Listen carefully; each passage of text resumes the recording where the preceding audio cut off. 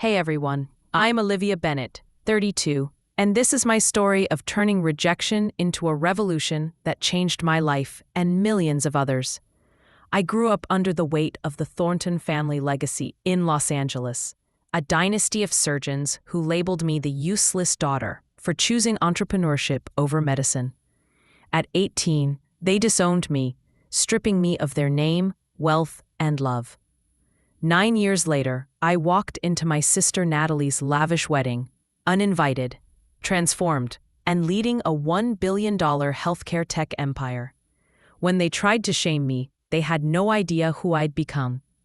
The shock on their faces when the truth hit, absolutely unforgettable. Before I dive into this journey of betrayal, grit, and redemption, drop a comment with where you're watching from. Hit that like button, and subscribe if you've ever had to defy expectations to chase your dreams. Trust me, this story is a roller coaster you won't want to miss. The Thornton name was a golden ticket in LA's medical elite.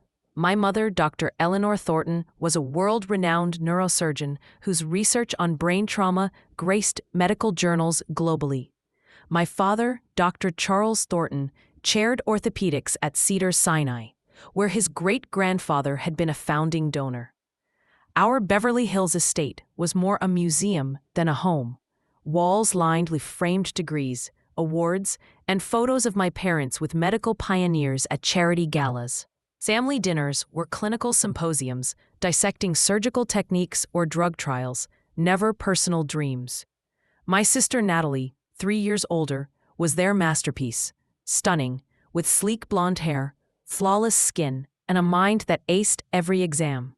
She graduated valedictorian from her elite academy, bound for UCLA's medical school, a pride of the Thornton legacy. I was the odd one out, struggling through advanced biology while my heart raced for business ideas. "Why can't you be more like Natalie?" was the constant refrain, echoing through every report card, school event, and family gathering, making me feel like I'd never measure up. I tried to fit their mold. God, did I try.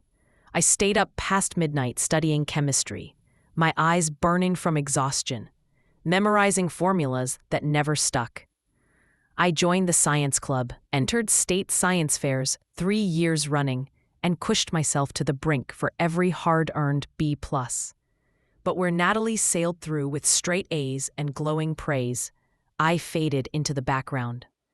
My mother's piercing stare at every less-than-perfect grade made me shrink smaller each time.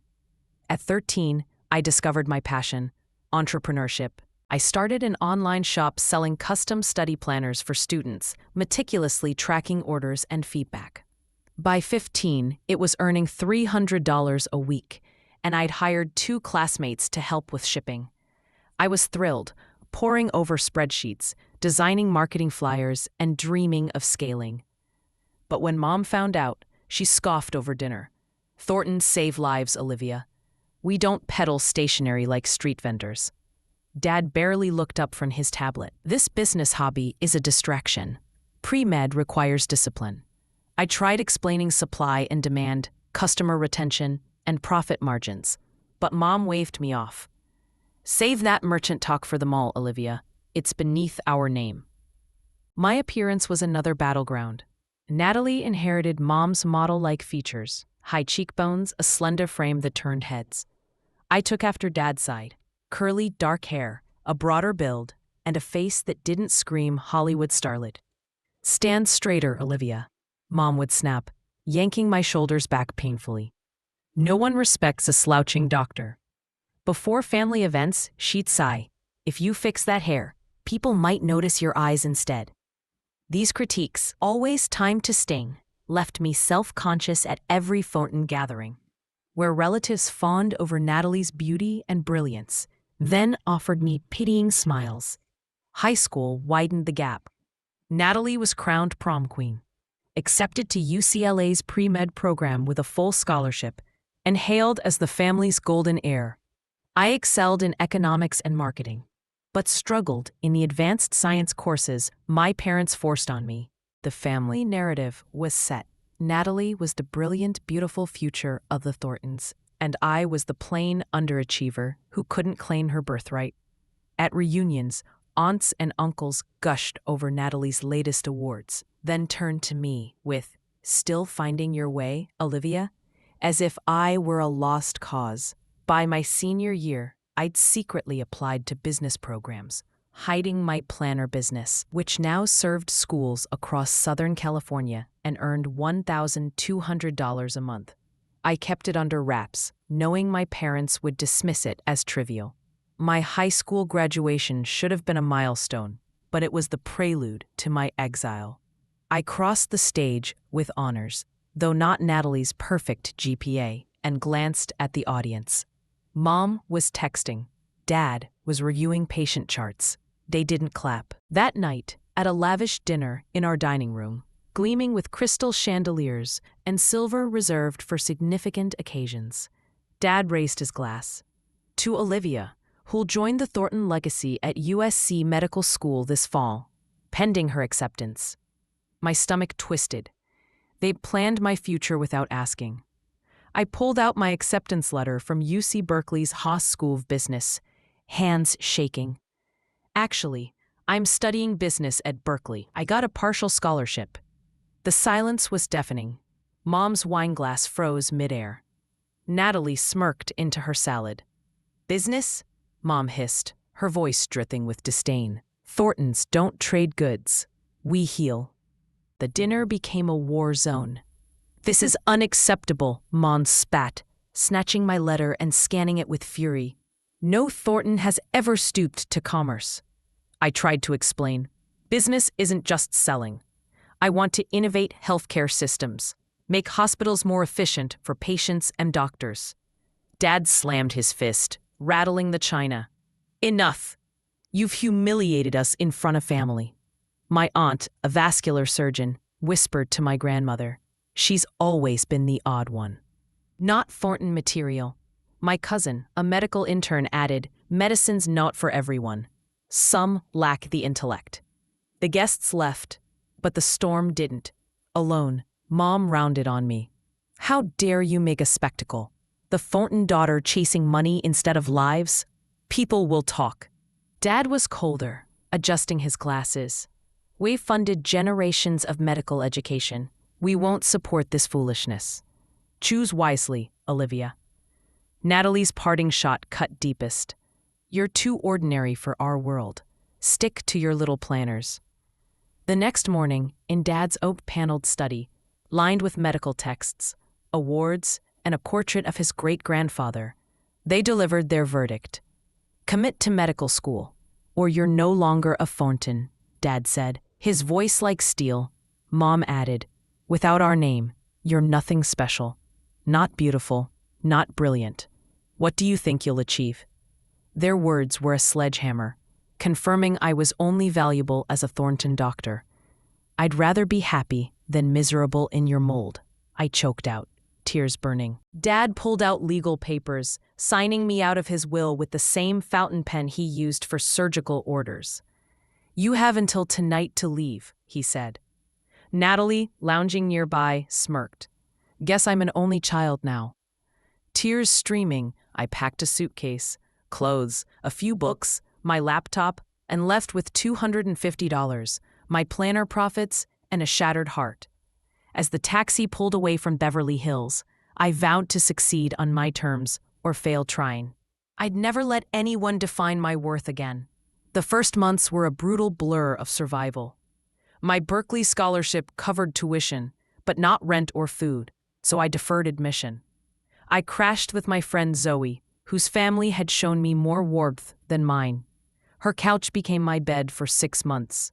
Without a degree, jobs were scarce. I pieced together 3 part-time gigs, morning barista shifts at a coffee shop in Silver Lake, afternoon data entry at a small law firm, and weekend retail at a mall. I collapsed on Zoe's couch each night, too exhausted to cry, counting my $500 savings. "You're running yourself into the ground," Zoe said one evening. "There's got to be a better way." "I need enough for community college," I replied. "If Berkeley's out, I'll start small." By fall, I enrolled at Los Angeles City College with student loans, renting a cramped studio in a rough neighborhood. Creaky floors, barred windows, no heat. The hour-long bus ride to campus was my study hall. I took 18 credits, worked 40 hours a week, and survived on instant noodles, coffee, and sheer determination, fueled by a fire to prove I wasn't nothing. Days blurred into a relentless cycle. I'd wake at 5 a.m. for barista shifts, steaming milk and serving lattes to bleary-eyed commuters, my hands shaking from fatigue. Afternoons were spent in a windowless office, inputting data, the monotony broken only by the hum of fluorescent lights. Weekends at the mall were a grind, folding clothes, restocking shelves, and dodging snarky customers. I'd study on the bus, my textbooks balanced on my lap, highlighters smudging from sweaty palms. My studio apartment was barely livable. Leaky pipes, a mattress on the floor, and neighbors who argued through thin walls. I'd lie awake, replaying Mom's words, "You're nothing special." But each rejection fueled my resolve. I wasn't just surviving. I was building towards something bigger, even if I couldn't see it yet. In my second year, a business course changed everything. My professor, Dr. Marcus Rivera, a former Silicon Valley entrepreneur who'd sold his startup for millions, noticed my analysis of healthcare inefficiencies. "You're not chasing profits alone. You're thinking about patients and providers," he said, holding my paper. I shared vaguely that I'd grown up around doctors, seeing their frustration with paperwork that stole time from patients. Dr. Rivera became my mentor, guiding me toward healthcare innovation. "Outsiders see what insiders take for granted," he said. "Your perspective is your superpower." He'd stay late, reviewing my ideas, challenging me to think bigger. I'd leave his office buzzing, scribbling notes on napkins, my mind alive with possibilities. By my third year, I'd prototyped a platform to streamline hospital operations, reducing admin time, cutting errors, and improving patient care. It was born from overhearing my family's complaints about bureaucracy, an irony I kept to myself. The prototype was rough, coded in my apartment on a second-hand laptop that overheated constantly. I'd test it late at night, fueled by instant coffee, tweaking algorithms to simplify patient data integration.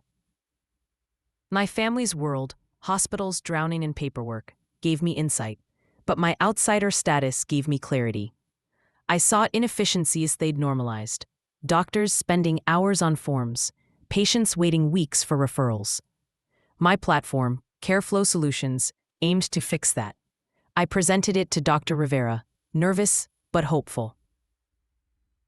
"This could change healthcare," he said, eyes gleaming. "But it's a tough road. Are you ready?" I nodded, though I wasn't sure. I transferred to Cal State LA, pushing through 20 credits a semester, while working. Graduation day was bittersweet, top of my class, but alone in my apartment, surrounded by business plans, not family. Dr. Rivera secured me a $100,000 loan, co-signing with his own credit. "I've backed dozens of startups," he said. "None had your hunger." Launching CareFlow was a brutal grind. I worked from a co-working space in downtown LA, a noisy room with spotty Wi-Fi and startup hopefuls hustling around me. I slept on a fold-out cot in the corner to save rent, my suitcase tucked under a desk. Investors laughed. "Healthcare's too regulated for a nobody like you." One venture capitalist smirked. "No connections, no chance." I'd leave pitch meetings deflated but determined, refining my prototype each night. I hired 2 coders, Mia's brother Leo and a college friend Priya, offering equity instead of cash. We targeted small clinics ignored by big tech, driving to strip malls in my beat-up Honda to demo our system. Slowly, we gained traction. Clinics reported 37% less admin time, 31% fewer billing errors. A mid-sized hospital group, desperate to cut costs after Medicare cuts, piloted our system. Within 6 months, their administrative overhead dropped 28%, and patient satisfaction soared 20%. They became our champions, introducing us to larger networks. The breakthrough came in my mid-20s. A healthcare venture fund invested $5 million for a 12% stake, drawn by our data and client testimonials. We moved to a real office, still modest, but with actual desks, and hired a team. By 28, Careflow was valued at $1 billion, and I landed on Forbes's 30 Under 30 for healthcare innovation. Our system ran in 300 hospitals, reducing medication errors by 47% and freeing doctors for 85 minutes of daily patient care. The irony wasn't lost on me. I'd been cast out for refusing medicine, yet I was impacting healthcare more than most doctors. But the wounds lingered. I'd wake from nightmares, Mom's voice calling me worthless, Dad's pen erasing me. Success hadn't healed the rejection. It just gave me resources to face it. With financial security came personal transformation. No longer scraping by, I invested in nutrition, a gym membership, and a wardrobe that projected quiet confidence. Tailored blazers, sleek dresses, no ostentation. My curls, once a source of shame, became a signature styled with care. Zoe noticed over dinner, "You're not just thriving, you're owning who you are." She was right. I'd found strengths my family never saw: strategic vision, empathetic leadership, relentless grit. Media buzz exploded. TechCrunch, Bloomberg, and healthcare journals wanted my story. How to crack medical systems without training, reporters asked. I'd say, I grew up around doctors, seeing their dedication and frustrations. It was true, but I never mentioned the Thorntons, letting my work stand alone. Distant relatives reached out after seeing my name in Forbes, unaware of my estrangement. "Your parents must be proud," they'd write. I didn't reply, unwilling to fuel the lie or expose the pain. My personal life grew richer. I built a tight circle of founder friends who understood the startup grind. Late nights, investor rejections, the thrill of a breakthrough. I volunteered with first-generation college students, seeing my own determination in their eyes. Then I met Ethan, a physician assistant at a Careflow hospital in Santa Monica. Unlike doctors skeptical of tech, Ethan embraced it. "Your system lets me focus on patients, not paperwork," he said during a training session, his smile warm. Coffee meetings turned to dinners, then weekends hiking in the Santa Monica mountains. With him, I opened up about my past, the family that deemed me unworthy. "They lost someone extraordinary," he said, his hand squeezing mine. His warmth eased old scars, but therapy with Dr. Nguyen revealed a lingering wound. Part of me still believed I didn't deserve happiness. "Success won't heal rejection," she said. "You need to confront it." That chance came unexpectedly. Flipping through an LA Society magazine at a coffee shop, I saw Natalie's engagement to Dr. Liam Carter, a medical AI specialist at Cedars-Sinai, one of our biggest clients. Their wedding was set for the Beverly Wilshire Hotel in 6 weeks, a glittering affair for LA's elite. My pulse raced. I hadn't spoken to my family in 9 years, but the announcement stirred something deep, a need to face the past. Ethan asked, "Do you need to go for closure?" I wrestled with the decision in therapy. Dr. Nguyen said, "Confronting them might free you from their narrative, but don't expect their approval." After weeks of reflection, I decided to attend, uninvited, not for revenge, but to release their hold on me. I wasn't the broken teen they'd discarded. I was Olivia Bennett, CEO of a healthcare disruptor. Ethan helped pick a sleek sapphire gown, his eyes steady. "You don't need their approval. This is for you." As the wedding approached, I prepared emotionally, journaling and meditating to stay grounded. The Beverly Wilshire gleamed with Hollywood glamour, valets guiding luxury cars, doormen ushering guests in tuxedos and gowns. I sat in my car across the street, heart pounding, gripping the steering wheel. "You don't have to do this," I whispered to myself. But Dr. Nguyen's words echoed. "You can't fully claim your future until you face your past." I checked my reflection, curls framing a face matured by years of struggle, gown projecting quiet success.